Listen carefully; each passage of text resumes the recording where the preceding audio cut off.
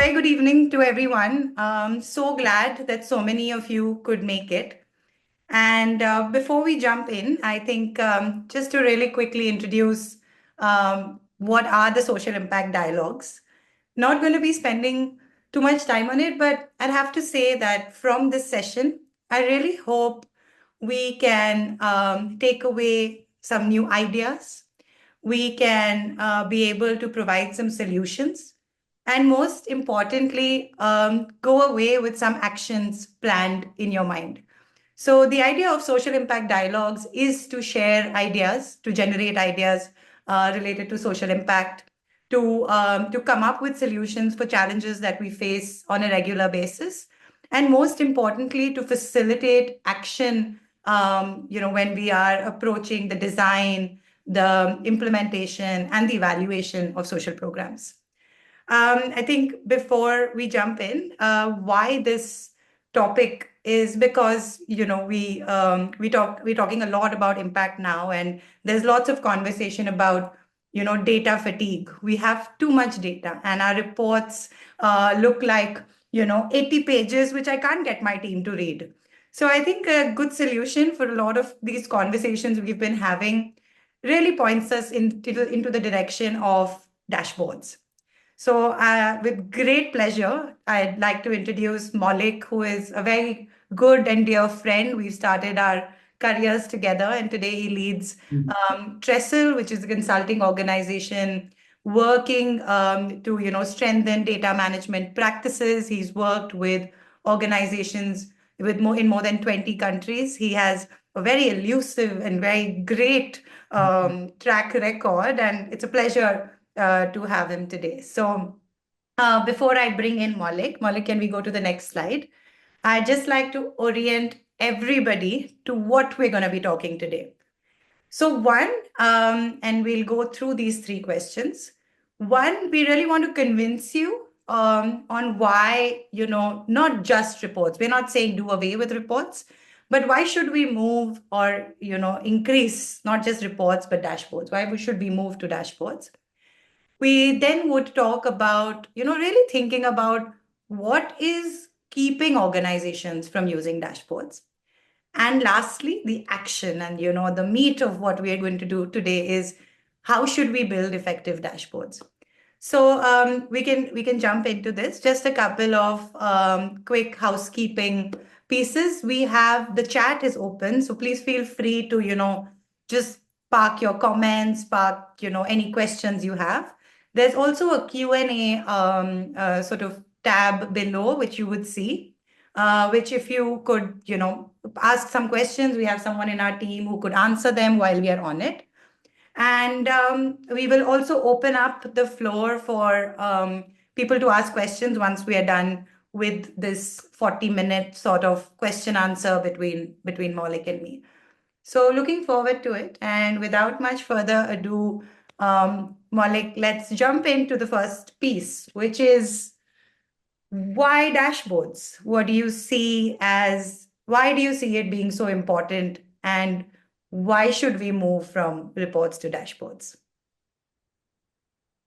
Thank you so much, Sharon. I really appreciate this opportunity to present my thoughts about dashboards through Fort Will Social Impact. I'm really grateful to you. Hello, everyone. Good evening. We have limited time, so I won't be spending much time on my introductions and what work I have done. Let's quickly jump into the dashboard. So, every day we are using these dashboards every now and then, especially after COVID, we are quite familiar with these dashboards. But before we understand what are dashboards, a very simple question comes into our mind is what is dashboard? Right? We are always using this word, but how this term actually came into the picture? What is dashboard, right? So if you see during ancient times, as you can see on the picture, one of this horse carriage picture, dashboard was actually used for the equipment that you can see on the foot of the charioteer, right? It was actually used to protect the dirt coming to the passengers, right? So basically, the dashboard term came from that particular terminology where they wanted to protect, where they wanted to show that something is coming, right?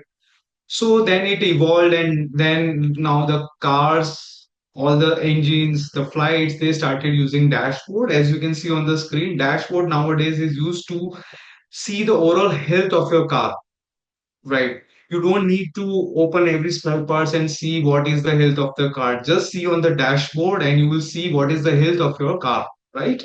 Or even your flight, right? So very similarly, the dashboards for our projects also shows the health of our project, where we are going, where we are moving, where were we, now where we are, right? So all the ins and outs are shown by a dashboard, right? So this is how we can relate the dashboard word, right? Uh, Now, when we talk about dashboards, like you might have seen lots of different types of dashboards, right? So, like, this is one example that I created as a sample for this webinar, right? It is not an actual dashboard, but just gives you an idea of how the dashboard looks like, right? I have added all different types of charts. Just to give an example, practically, we should not include so many charts, right? But just give you an overview of what the dashboard look like, what are the components inside the dashboard, what are different charts, and what different types of chart reveal, right? So this is a very simple example of a school impact assessment. As you can see here, like these are like, scorecards where it tells you what was the pre-score, what was the post-score, how many schools were there, how many girls were there, how many boys were there, right? Here you can see like different types of table chart, donut chart, which tells you how much was the consent ratio, how much was the attrition ratio. Here you can see a scattered diagram, scattered chart, which gives you like what was the overall score compared to the attendance of the students. Here there is also a tree chart, like a qualitative data collection where it categorizes that what are the aspirations of different children.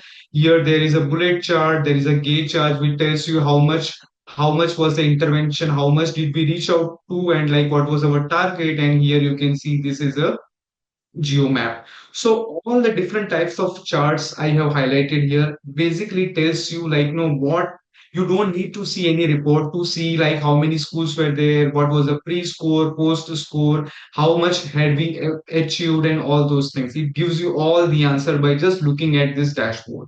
And you can see it's a very simple layman language. Any layman can understand this dashboard, right? So this is how a dashboard look like. Now, this is also another example. This is a live dashboard, very beautifully crafted by Oxfam. You can find it on Google as well. You can see there's hardly one or two types of different charts they have used. Mostly, you can see it's just a scorecard, and here there are filters, and then there is a donut chart. So only two three charts, and you can see you will find all the important information related to your project, overall summary, wash, gender, everything just on this same page. And if you want to see the details of each, then you can just click here, wash or home or meal feedback, whatever, right? This is another example of dashboard. This is also third example of dashboard. This was actually our own dashboard that we created for one of the state projects of Uttar Pradesh, where there was a huge vaccination coverage, and the government wanted to understand like what is the status of the vaccination, especially for the kids between like just born up to 16 months. All right, so they wanted to understand how many doses were completed, how many kids participated in that vaccination program, what was the overall progress. So we created this for the Uttar Pradesh government. So this is one example of a live dashboard. Now we have gone through different types of dashboards. So you now be able to understand what a typical dashboard look like. Right. Now, as we have seen the dashboard, now the question comes, but why it is important for me? Right. It looks good, beautiful, but why it is important for me? Right. So these are couple of things that I think why dashboards are important. I would also like to add a disclaimer here that whatever today I will be sharing, I have not used ChatGPT. This is all from my own experience, right? Most of the time nowadays people use ChatGPT a lot. Actually, whatever I am showing you right now is just from my own experience. So it may be possible that there will be many other reasons as well, right? But this is just I'm sharing my own experience of building n number of dashboards over a period of time. So first point I would like to address here is uh, data in real time. So you can get data in real time. You can track all your field work progress, project KPIs. You can track everything on real time. So suppose if I have to give an example, if you are doing a education project, right? If you are suppose considering you are studying like what is the enrollment status, what are the dropouts, let's say in Rajasthan, right? If you're doing that type of project, right? If you want to see what exactly is my number, right? How many were dropouts, how many were enrolled, how many were boys, how many were girls, you can see all those information on real time. You don't need to call anyone. Everything is in front of you. Then automated reporting. We all know that Sharon already messaged that lots of manual reporting we have to do every day, right? Every day or at regular intervals. So you can just share the dashboard with your stakeholders and then you can just relax, right? You don't, it's a dynamic thing, right? So you don't need to call every now and then and say that, hey, like, no, now there is new data, nothing. Just relax. Everything will be automatically synced. Then you can also get good data quality, right? So this is very much important because what happens, suppose if you're designed a MIS or a field data management dashboard, this is extremely helpful because what happens, you will also agree with me that whenever we are doing any field work, right, most of the time we are in the field, right, we are only working with a specific set of our enumerators, right? We don't know what is happening with other set of enumerators across the regions, right? So we are, if you're doing a manual work, we are not able to understand what is the data quality for other people, for other enumerators, other regions, right? If we are having dashboards, we can instantly know what is the data quality from day one. Suppose attrition rate, we are very much concerned about attrition rate, right? So if the attrition rate is very high from day one itself, then we can talk to our donors, we can talk to our stakeholders that something needs to be done urgently. Otherwise, we are not going to work in if such a high attrition rate is there. Even we can know where in which exact region the attrition rate is so high.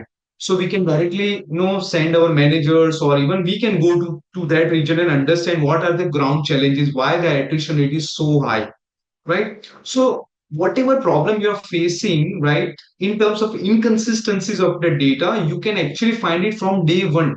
You don't need to wait for like no months or weeks or also. And sometimes when we wait for such a long time, it can become it can become too much costly for us, right?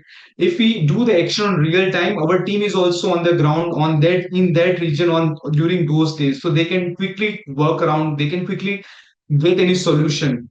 But otherwise, if you get data after weeks, it is nearly impossible to rectify that data. We will just exclude that data, right? Otherwise, it will be so much costly for us. Like, imagine, like, sending your field team just for collecting one or two submissions, one or two survey records can cost you thousands of rupees, right? So why to spend so much money? And when I talk about time saving, again, very much important right now, you can save huge amount of time, which I already mentioned through the good data quality point. Then very important thing is specific call to action, right? To reports, first of all, we have to understand that the report comes at the end most of the time, right? So if you want to take any action, real time action, right, you can get it through a dashboard, right? If a dashboard is properly designed, then you can know what exactly I need to do. Suppose suppose if you want to know, like, suppose if it's a let's say if it's a regional index survey and you want to know that which region, which state is facing some problems, right? Then with the help of a dashboard, you can exactly know, suppose I need to add drinking water facilities in this particular region, I should not focus on other regions. I know exactly I need to focus on this area, right? If you are following project reports, it you can get that insights, but not specific on and on real time on when the project is executed, right? So this is very much important, and that's where dashboards are very much helpful. Then longitudinal tracking. So this is also very interesting point. Suppose if you want to track your intervention over a period of time, let's say you're having a baseline, midline, and endline, right? Let's say you are doing let me give some example of education where you are focused on like improving the education, let's say in Rajasthan or in Maharashtra, right? and you want to track that whether there is an improvement in enrollment or not, right? Is the reduction in dropouts or not, right? So if you have to refer to project reports, you have to read so many pages, so many booklets, and even you are not sure that whether this is enough content or not. Should I still need to refer any external resources or not? But when there is a dashboard, you can see just in one graph, you will be able to clearly identify where you are going, whether you are on a higher side or on a lower side.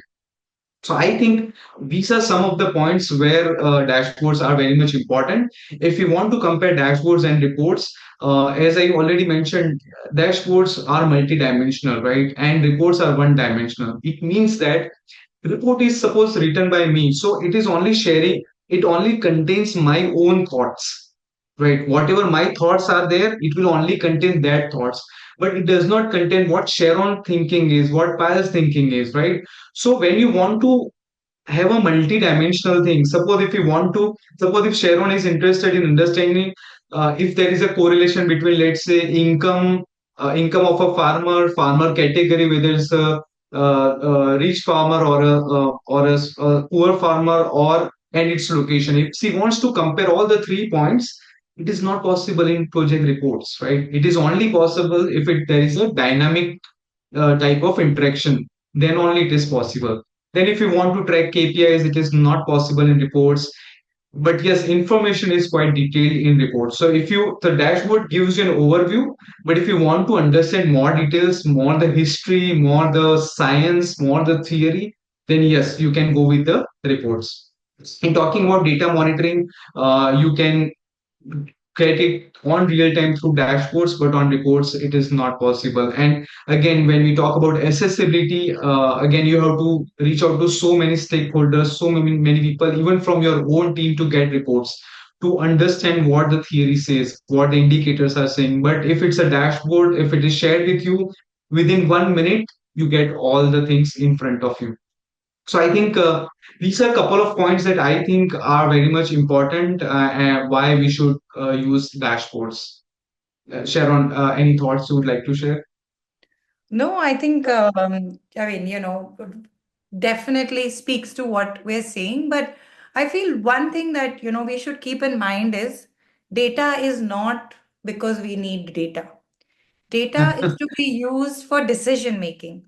So, Yes. if reports help you make decisions real time, access data well, it's great. You're doing a great job. But I feel over, time, I've realized that, like Maulik mentioned, reports give context. They're good to circulate with the information you want to share. But if you want your field teams to digest data and make a decision, if you want your management, or even if you want your senior leadership, there's so much different perspective. So I think that's kind of one thing which is very crucial for me. Dashboards help you make decisions in real time. And we'll talk a lot more on, like sometimes we don't want to end up with 100 data points, right? So we'll talk about all of that. But I think, Maulik, we both understand. And I think everyone, we have 300 people in the room today. Oh So my God. everyone knows, yeah, everyone knows that Wow. dashboards are important. And Yeah. this is, but why? Then why are we still on our 80-page reports? Why do I get, RFPs with say, give me a report? Why is it still not popular? Can you share your experiences on what are these challenges and why are people not using dashboards? Thank you, Sharon, for sharing your insights. I completely agree with you that no, people are collecting data like anything. Like no, I don't understand why they are so much collecting data. I have a separate point on that. I'll be talking on it later on. But yes, I completely agree with you. And on your question, like no, why they are not using dashboards? Again, this is from my own experience. I would like to share a couple of points. Uh, so I don't know if this is visible, but yes, mandatory reporting. So sometimes, as you mentioned that in the RFP itself, they mentioned that you have to give a project report, right? So that is means even if the organization wants to do, they don't have any option, right?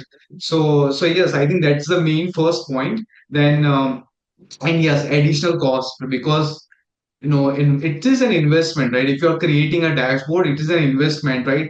And most of the time we are working with NGO, not for profit, so budget is is very much crucial for them. So yes, these are some of the reasons. Then data fatigue, we already talked on this. I don't understand like why people are collecting huge data, like so many columns, so much data, humongous data. And like that also when they see this data, then they see that I don't want to do the dashboards. I only want to go with the traditional way of reporting. I'm not going to clean all this data. Right. So there is no motivation when they see such a huge, humongous data. Then awareness gap is also there. Like sometimes they want to build, but they don't understand what are the tools, like and again one of the points on the right side, you can see fear of technology is also there. Like they want to adapt this, but somehow, like, they're not adapting it. They find that, oh, like, no, I am not, I am from a, let's say, monitoring and evaluation. I am from a field team. I'm a small NGO. Like, I'm not from IT background, right? I cannot work on the dashboards, right? So I think that is also one of the reason why, no, they are not able to do it. And yes, capacity gaps and skill gaps are also there. Like, no, they sometimes they want to do it, but they don't know where, from where I can learn all these things, right? Even that sometimes even don't have time. Already, we all know that all the M&E team members will agree with me that every now and then there's so much work, right? The donors will say, I need this also, that also, and then you say it was not written in the proposal. They said, but we need this, all these things, right? So they want to adapt all these platforms, but the problem is they don't have time, they do not have that technical skills. So like there are these many issues. And another thing, like data is also very much unorganized, right? I will share one case study where you will find that data is coming from various modes. Like some are sending through WhatsApp. I don't know why we are allowing data through WhatsApp. Like people are allowing data through WhatsApp, through Google spreadsheet, Excel, paper, scanned copies. Half of the pages are gone. So when the data is so much disorganized, no one will take a lead to say, okay, no, I am the one who will move with a tech based or a dashboard based reporting, right? So I think in my experience, these are some of the major challenges. I'm sure there'll be many major, but I think these are some of the things that I personally feel are that's why they are not using it. Yeah, Sharon. Maulik, sorry. Yeah. Maulik, I think we have one important question here. And for everyone attending, we will be addressing your questions. But I think this is a relevant one for now. Like, what do you mean by data through WhatsApp, Maulik? Can you give an example on that, please? Very interesting. So basically, they are sending the either the scanned copy, right? So suppose if this is a pen paper form, right? They will just take a photograph of a filled up form, and then they will send it through WhatsApp, right? So like then I have to download that. Then I don't know if there is any tool to convert that scanned copy to an Excel copy. I don't remember there is such tool. But my problem is why like we are allowing people to send any such important survey forms through WhatsApp, right? So that is my one of my concern. Like and everyone is following their own forms. I will share one or two screenshots. Everyone is following their own strategy, right? There is no uniformity, right? And once the data comes from all these different types of sources, right? Then no, then they will think that no, I don't want to go with dashboards. I am fine with my existing methodology, Mm-hmm. So I right? think Yeah, no, thank you so much for that, Maulik. I We should move to the next one, but I just want to say one thing, and it came up in one of the comments here. Is we need to get a technical person. This is external to our work. I think that's a myth. I think Maulik is going to be talking a little bit about that. yeah, But I yeah, think if you decide to kind of start thinking through dashboards, then I think it's not a technical person's job. It should be exactly. very much part of your organizational DNA. And it should be so simple that everybody across the organization should be able to give data, use data, interpret data. I saw there was something of on interpretation as well. So we'll come to that. But that's my first. Yeah, Don't think of this as I need to get someone else. I'll just give you one more example. We've seen now a lot of organizations are getting in, technologists to work like, okay, sort out our data management system. But if you don't start with the simple things of what KPIs, what do you really want? If you don't have that internal capacity, then any technology is not going to help. So that one. And second, Maulik, I know we are going to address this, but I'll stop here, is on the whole piece of qualitative. So I think, Maulik, you will be touching upon, what happens to our Mm. beautiful stories and our photos and everything. So for everyone who asked that question, we will come to it. All right, Yeah. Maulik. Let's Yeah. sort of now Uh, get into, yeah. what should we do? Yeah. So before I jump into that section, I would like to even address for just a minute. See, if I have to share my own story, like eight years back, I was constantly reaching out to n number of people. I was always saying that I want dashboard, dashboard, dashboard. Nobody helped me, but I was very much pretty sure that I need to learn dashboards, right? Somehow I found one video on YouTube, one of the dashboards that I will be sharing later on, and then I tried to do some one or two things, and I thought, oh, it's so easy, right? I spent nearly 2 years searching for a technocrat who can help me with the dashboards, right? I was struggling like anything, and I found that it's so easy. Why I thought it's so hard, right? And today, we have built like n number of dashboards with it's so easy. It's just like one or two things, logical things, and you're done. Okay, we won't be covering all those points, but if I can learn, anyone can learn it, right? We are in the same boat, so no issues. Anyway, so when we talk about key considerations, so I think that whenever we want to adapt dashboard, like four things are very much important. As Sharon already mentioned, first, the most important thing is a positive mindset that we need to adapt technology. If I have to give one example, Sharon and Payal's own example, a few years back, I think 7 years or 8 years back, they clearly told me that Maulik, whatever comes, we will be moving to tag-based data collection and dashboards, right? Whatever the RFP says, we will definitely stick to tag-based data collection only and dashboards only, right?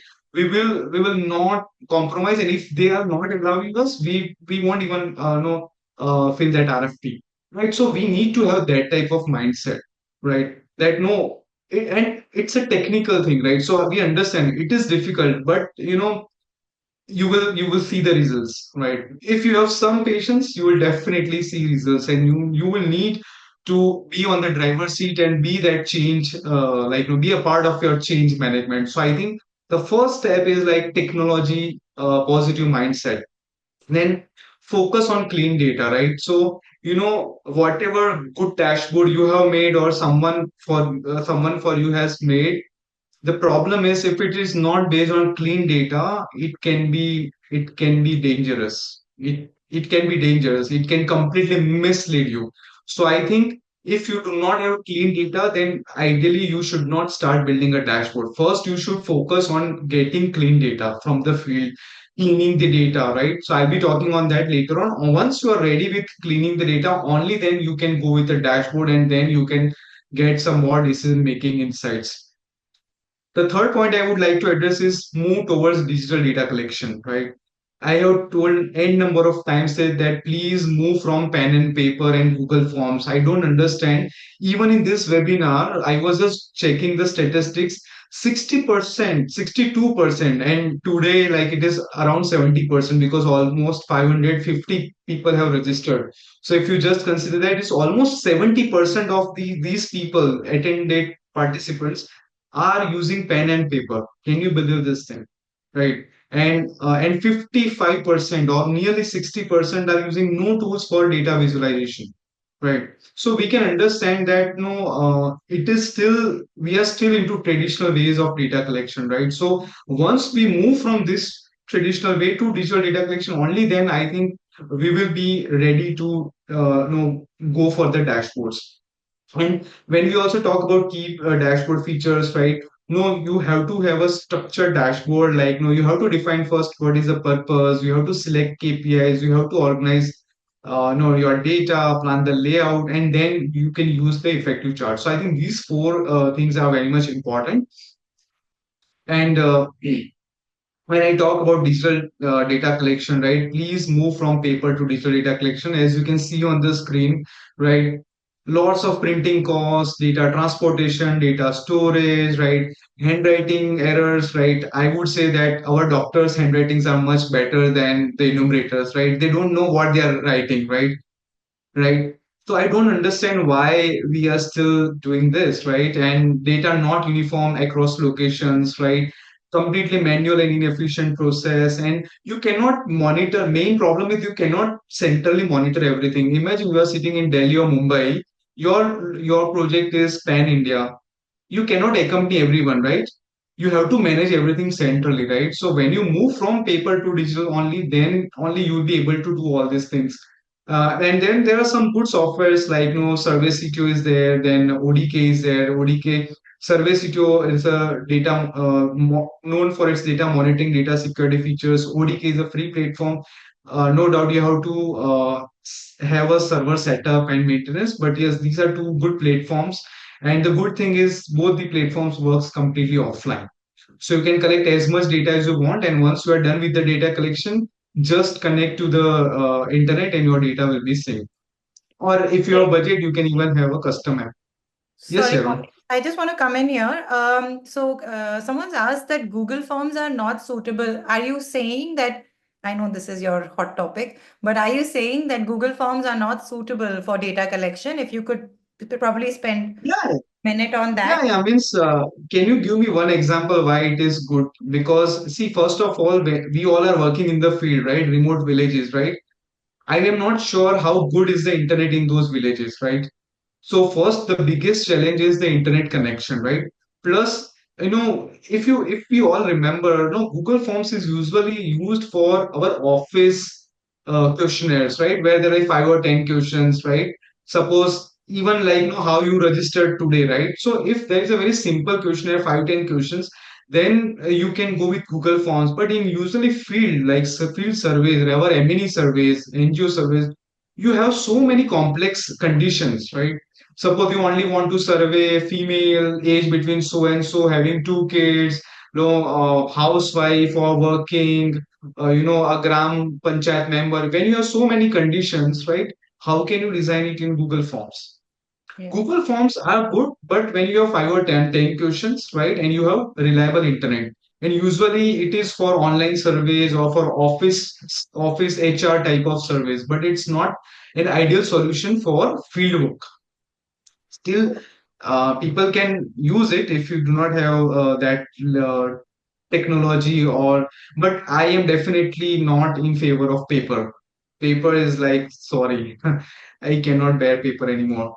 And And when you talk very about, interesting, Maulik, just to kind of tell you, yes, I think there are lots of questions in terms of, like Kobo Toolbox. Yes, I think a lot of organizations use it just to validate, a couple yes, of things that are coming in. Glyphic, similar chatbots, etc. It depends on why you're using it. But for what we're yes, talking about right now is very, kind of monitoring data, regular data. But I think, Maulik, yes, yeah, let's move on and I'll keep coming in yes, with something that, yes, yes. continue. Yeah, see, my only thing is use any good platform, right? It's whether Survey CTO, Kobo, DK, whatever, but just move from paper. Once you start adapting digital data collection, slowly and gradually you will understand, you will identify what is the difference between all the platforms, and then depending on the platform, you can consider using a particular platform. Yeah. When we talk about data cleaning, right now, you have to have before building a dashboard, you have to standardize your data, right? You have to categorize your data for special codes like don't know, not applicable. You have to have special codes, remove all the duplicates, validate all your data. If there are any outliers, let's say age, right? Age or income. If someone says my income is 1 lakh rupees, whereas most of the people are having around 20, 30,000, then you have to remove or you have to handle that outliers, right? Then UIDs checking, there should not be any UIDs, right? So these are very standard data cleaning practices that one should follow. I would also say that if you're working on complex data sets, then try to avoid using Excel. Up to 1000 rows, Excel is good, but once it is more than 1000 rows, try to use some statistical softwares like SPSS, Data, R, Python, or Jamovi, right? These are very good platforms, whatever. And nowadays with ChatGPT, you can learn all these platforms very quickly, right? You can do one by one step. You can add every day newer and newer steps to adapt these platforms.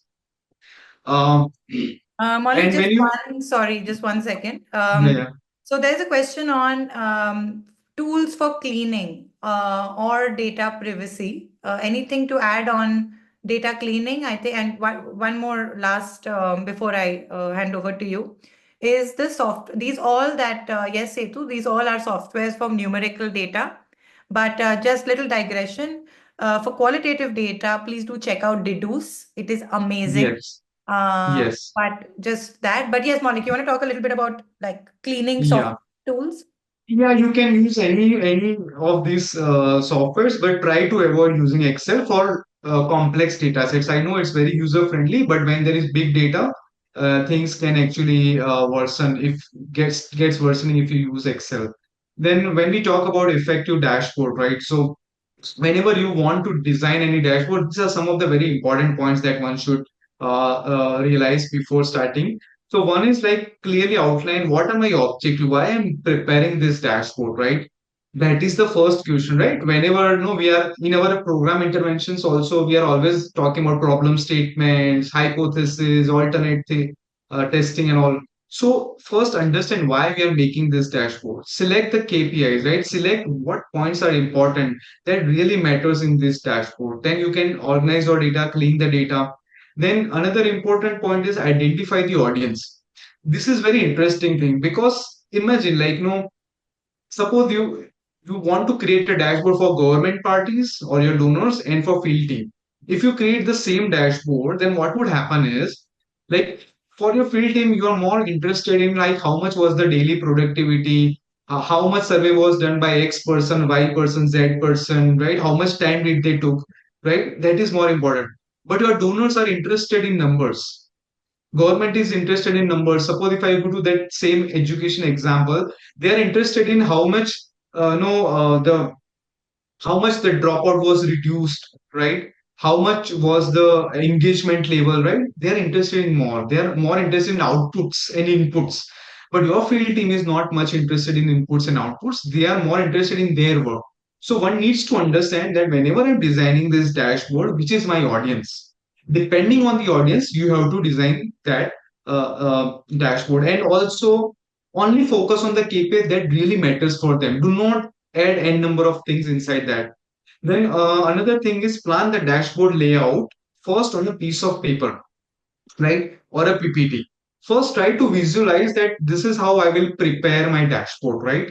Do not directly start designing the dashboard. First, create that layout maybe in your mind, maybe on a piece of paper, on a PPT, and then start define.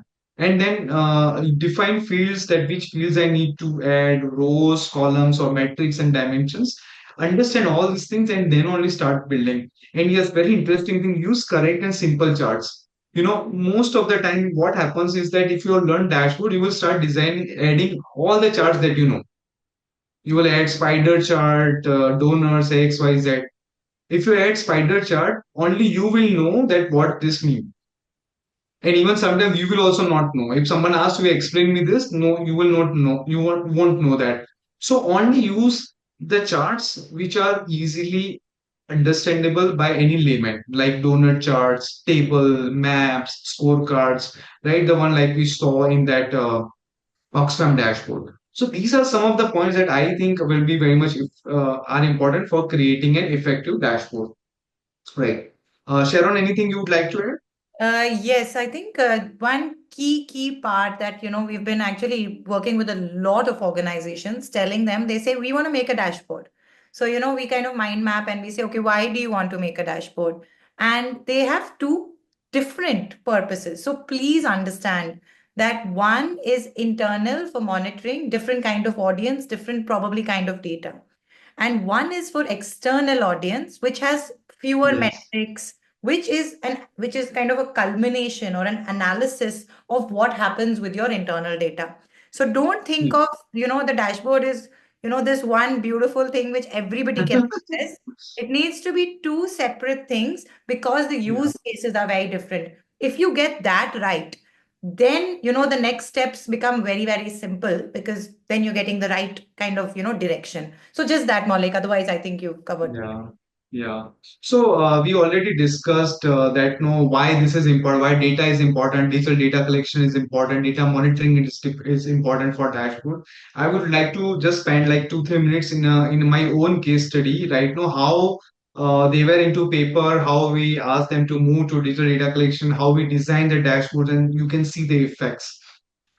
So this was one of the social index studies that we were doing, and again, like the data was coming through WhatsApp, Excel, Google Sheets. Half of the data was missing, poor handwriting. Not just on data authenticity, like we didn't had any idea ki whether they had gone to the field or not. We just had data, right? And no specific information where we want to improve on a particular point, which state is not performing, what was last year. There were no such reports. So they reached out to us. They asked us that Maulik, like, no, we are facing this many issues, right? Another thing, like they also had only English. They were in like 10 states and they were only using English language. So like they said, like we are not getting good results. We don't understand the report. So can you help us out? So and this is one example. You can see here, these are the real screenshots. You can see this handwriting, nobody understands. Even the data collector cannot understand what this is mentioned. Here, that data collector has mentioned NA. What is NA? Whether it's not applicable, not available, refusal, nothing, no idea. And now see the Excel files. Here, the questions are are in columns. Here, they are in rows. Same study, but some people are sending in rows, some are sending in columns, and you can say respondent 1, respondent 2. But what is a respondent? Who is a respondent 1 or 2? No details. So I'm not sure like whether they were actually visited or not. Everything was there. And with this type of work, we asked them that let's build a proper system for you. So we moved them toward digital data collection. We used survey CTO, then we used regional languages. We added all the logical checks. We added GPS questions. We cleaned up the data. We built a dashboards like we built you can see this was the dashboard that we created, and you can see here you can select the state, entity, location. It here these were like all scorecards, like what is the average index, right? And you can see what was the last year needs consideration, what was this year needs consideration, right? So all the information was just in front of the stakeholders. So the state was exactly knowing where I want to work, where I was last year and where I am today, right? It was so clean. It was just an Excel file, only one Excel file with uniformity, and we just sync it with a dashboard. Right. So, so yes, and yes, someone asked me which. So this dashboard was created on Google Data Studio. I'll be talking on it later on. Right. And you Um, can even see the recommendations as well. So they exactly knew that if my score is less than this, I need to do this particular action. So they don't have to refer to any external reports. Everything was inside this. And this is just a snippet. It was a 10-page dashboard. This is just a snippet for your understanding. Sharon, you were asking something? yes, Maulik, I have two big points to make here. And Maulik, this is how we decided to do this session. But two things, we have to remember. One is dashboard is not just to put a picture that, this is what is happening. Dashboard should be used for tracking that this is what Yes. happened in 2020 and this is what is happening in 2025. So that every time you're not going and collecting data, making new reports. How many reports can you read? How many reports can your donor read? So I think the first piece is you should be able to track progress over time. And the second piece, and I think that's why and again, this is not the dashboard, these are just snapshots we have put. But the second thing is, suppose my thing is telling me that my planning and preparation or whatever, my metric has gone down. I should be able to click on it and have Hmm. recommendations and actions to be taken linked. So, and Exactly. recommendations are not generated, are not AI generated. They are generated from the qualitative information. So, probably, sorry, Maulik, I'm stepping on this one, but the qualitative information also feeds into your quant. Yes. So, it's a myth. Yes. Qualitative cannot come Yes. from quant. But Yes. yeah, just wanted to point these two things. If you start to build a dashboard, purpose, tracking, and actions are the key Yes. things that we need to, focus on. But over to you, Maulik. Yeah. Thank you. So just to my last one or two slides. So now the big question comes is, and many of the participants have asked that in the registration form, that which are the good platforms available, right? Which are the ready to use platforms available in the market, right? So as you can see, like Power BI, Zoho Analytics, Tableau, and Looker, these are some of the platforms that we have seen, we have used. Not necessary that these are the only platforms. There are n number of platforms available in the market. Uh, Another thing is like, whenever you're selecting any platform, these are some of the points that one should consider. First of all, ease of learning. As the early one of the earlier questions was like, no, we are not from a technology, frame, right? No, it's very difficult for us. So if the dashboard platform is very much difficult for us to implement, nobody is going to use it, right? So one thing one needs to understand is whatever platform you are selecting, it should be easy to learn, right? There should be some YouTube videos or some good tutorials available that one can easily adapt and learn.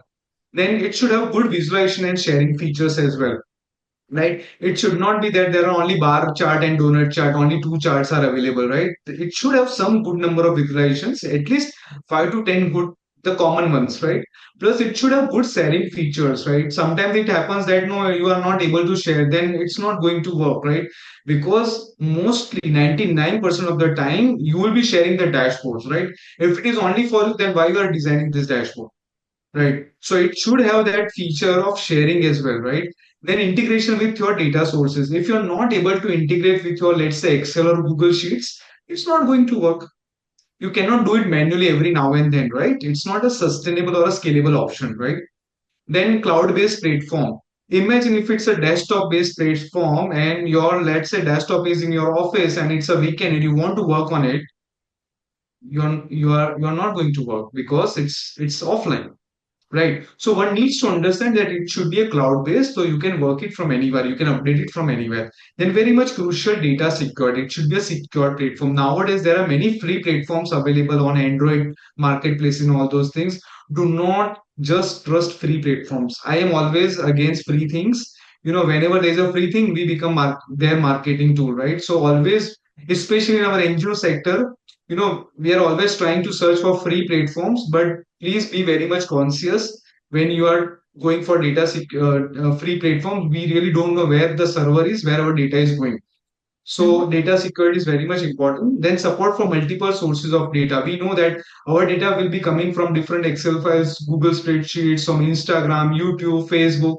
So it should be able to support different types of source of data. Then it should be able to add calculate fields. Suppose if you want to categorize, suppose if it's a farmer survey and you want to categorize that whoever is more than 2 hectares should be big farmer, less than two should be let's say small farmer, then there should be some fields where you can do all these calculations inside the dashboard, right?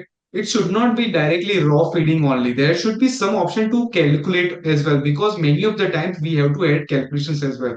And very important thing, cost effectiveness. Right. So when I talk about Tableau, if it's usually used by corporate, if I'm not wrong, the budget starts monthly around 75,000 or 1 lakh rupees every month. So we have to consider the cost as well. Looker is whereas completely free. There is also a paid version, but it is free. And if you are using the Microsoft platforms, then you can always go with Power BI. And if you're from SME sector, you can always go with Zoho Analytics. So everyone has its own use case. Many of the participants here asked me about free platform or easy ready to use or quickly adaptable platform. So I have specially added this slide on Looker Studio. It's a Google product. The good thing is completely free, right? It's a completely free platform and very easy to share, very easy to use as well. And because it's a Google product, it's universally used by n number of people. You will find at least 1,000 videos on YouTube related to Looker Studio, right? So there is no, and nowadays with ChatGPT, you can learn everything. Plus, in just one click, you can integrate with spreadsheets and Excel. So it's super easy, right? If it is clean, you can easily connect it. Then most of the data visualizations are available, right? 80 to 90% are available compared to Power BI or Tableau, right? And we also know that we are always not interested in getting 100 out of 100. Even if it is 90 marks, we are still very much happy, right? So I think most of your work will be completed with this. it also has very good report sharing and collaboration features. So suppose if you want to have a mechanism that every day, let's say every week on Monday at 3 p.m., let's say, I need to send this report to my stakeholders, to my donors. Just set up everything and it automatically go every Monday at 3 p.m. Right? So you can get all these features just without any cost. So I think that is a very good option. Plus, you can export in Excel PDF. So if you want to send a report, right? Suppose if the stakeholders want a traditional report, so-called, you can even create that type of report and you can send it. Plus, ready-to-use connectors are also there, so you can integrate with lots of platforms. And yes, you can do lots of calculations as well. So with this, I am done with my session, and I will be open to I will open the floor for Q&A. One thing I would like to share that a few participants asked me a few questions that I have highlighted here. We got more than 100 questions. We cannot add all those 100, but the most important ones I have highlighted here. So Sharon, what do you suggest? What do you think you?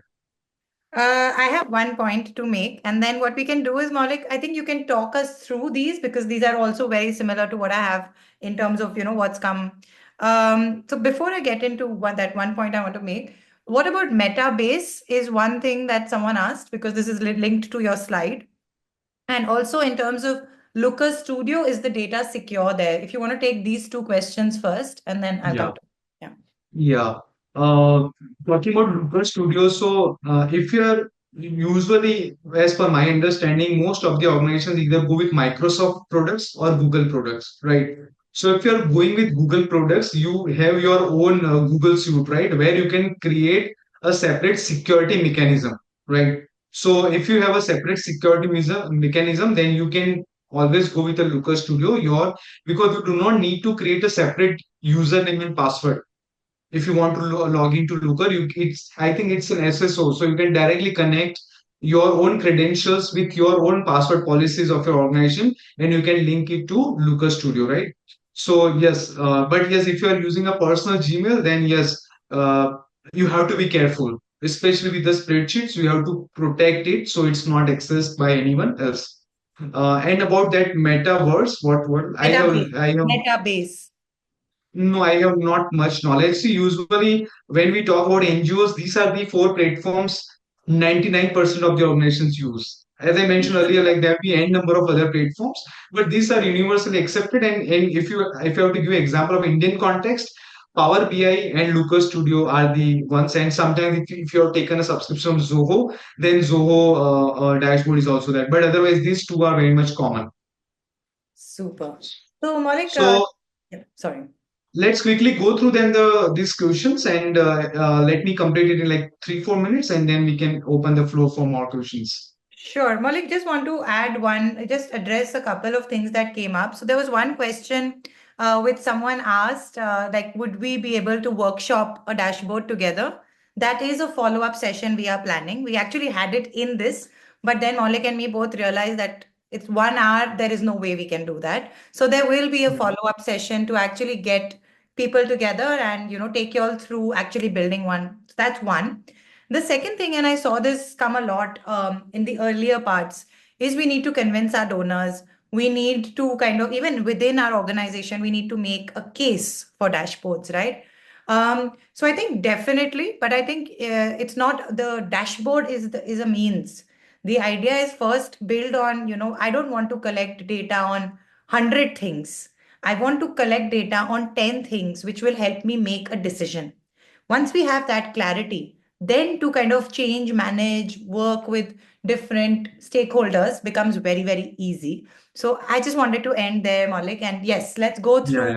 these Yeah. questions. So very thank you so much, Sharon. Like, very quickly going through this. So one, you talk about data security. I already shared on data security and sensitive data. So whenever you talk about data security and sensitive data, whenever you're building a dashboard, one needs to be very much careful that do not add any sensitive information or any personally identifiable information on the dashboard. See, one needs to understand the dashboard is for numbers to understand where we are going. Suppose if I have to give that same education example, we need to understand the dropouts and the people who enrolled, right? The students, the kids who enrolled. We are talking about numbers. Do not share anyone's name or Aadhaar card or whatever. So it is not meant for this. So do not post any sensitive data on a dashboard. That is the first thumb rule. So that is very much important. When I talk about qualitative data, Sharon already mentioned about DDoS software, right? See, one needs to understand that a dashboard typically supports you with quantitative. It represents about numbers, right? So, but that numbers will come through qualitative as well, right? So you have to have a mixed type of understanding, and then you can post the qualitative data. But yes, recommendations, call to actions, these are all textual data, right? Qualitative. So you have to integrate that as well. Then cost effective solutions, I already mentioned that no, I always suggest that no, that whenever you are new to technology, try to have a step by step approach, right? No, do not eat all the bread at one time, right? Have one bread, second bread, third bread, right? Something like that. Start with very simple things, right? Start with, let's say, free platforms like Looker Studio, understand how dashboards work, and then you move towards building a good platforms. You can build it on Power BI or Tableau, whatever platform. But try to have a step by step approach, right? And in that, cost effectiveness is very much important. You cannot invest like 5 lakh rupees and then after 2 months you realize, oh, it was a mistake. Mistakes are not allowed in our sector, right? The next day will be kicked off out of our job if we do such mistakes, right? So this is very much important. So try to go with a Looker Studio, Power BI, and if you have good budget and if you want to do very dynamic things, then you can go with Tableau and advanced softwares. Then you also mentioned using AI for generating dashboards. My always concern is like, you cannot build any building without strong pillars, right? You need to first understand what is the theory of dashboard, right? You have to understand the principles of dashboards, right? So AI will only come into the picture when you want to enhance something, right? But the theory is more important, right? You need to understand how dashboards are built, how dashboards are built, what are scorecards, what are bar charts. Once you have that understanding, then you can always go with AI, right? You can use ChatGPT for learning. Do not add your data on ChatGPT and try to create dashboards. Your data is very much sensitive. We don't know the AI, right? And when I talk about ChatGPT, there are many other such AI platforms used by many people, many organizations. Do not trust AI very easily. You're Absolutely. sensitive, you are working with sensitive data, right? Always trust, uh, before uploading any data, please trust these platforms, have some security checks. Then handling multiple data sources. So no, Sorry, can personally I? I would recommend Power BI. I would personally recommend Power BI if you are working with multiple data sources. The data blending is very easy in Power BI. But if you're working with one or two data sources, then Google Data Studio, nowadays it's called Looker, both are same. It's better option. Then you mentioned about complex and multiple projects, right? So again, like have a step-by-step approach. First, design one small project on dashboard, show it to your stakeholders, to your managers.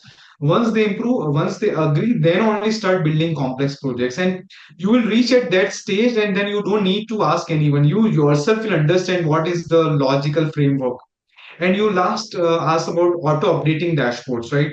So if you connect it with Google Spreadsheet, right, and Excel, and if you're using, let's say, Looker Studio or Power BI, it will automatically update. And there are already features in both the dashboards where you can tell the dashboard that I need to update it every 5 minutes or after 20, 10 minutes, 20 minutes, every 30 minutes, right? Once you set up all these things, you will be on a completely in auto mode. Okay, so that was all from my side about Q&A. I will be open for any questions, Sharon. Thank Yes, you. sure. I think I just want to add one thing about AI. Even, someone told me, or actually multiple people have told me, AI is great for analyzing qualitative data. I could call myself, with lots of experience in qualitative data, and AI is not great for analyzing qualitative data. It can present your data well. It can probably, write it better, but it's not to derive insights. So anyway, maybe that's a session for later. So just wanted to build when you said, right, it can refine something, but it can't be used for it. So just wanted to add that as well.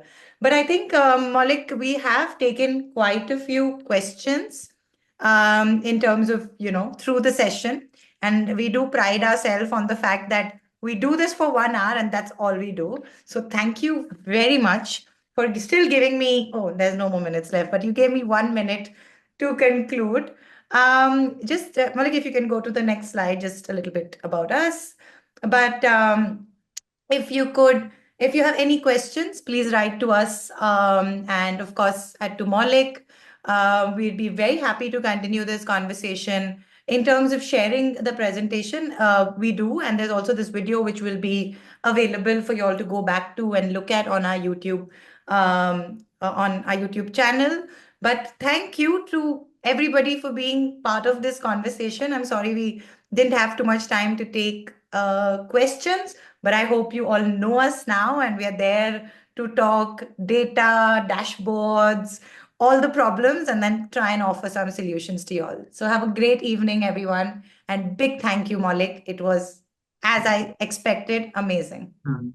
Thank you so much, everyone, and Sharon, for allowing me to share my thoughts. Again, I have just shared my thoughts. It's not the only representative, right? There can be some more things, but yes, like after building so many dashboards, this is something that I have found, and I just shared it with everyone. And I hope you all move towards tech-based data collection and tech-based, impact, move from traditional reports towards dashboards. So all the best to everyone, and thank you again so much. I'm really grateful to all of you. Thank you. And just to end, hopefully the next time we have a session like this, we don't have 62% collecting data with pen and paper, and our numbers look better. But yes, thanks everyone. Thank you, everyone. Have a Thank wonderful evening. Bye.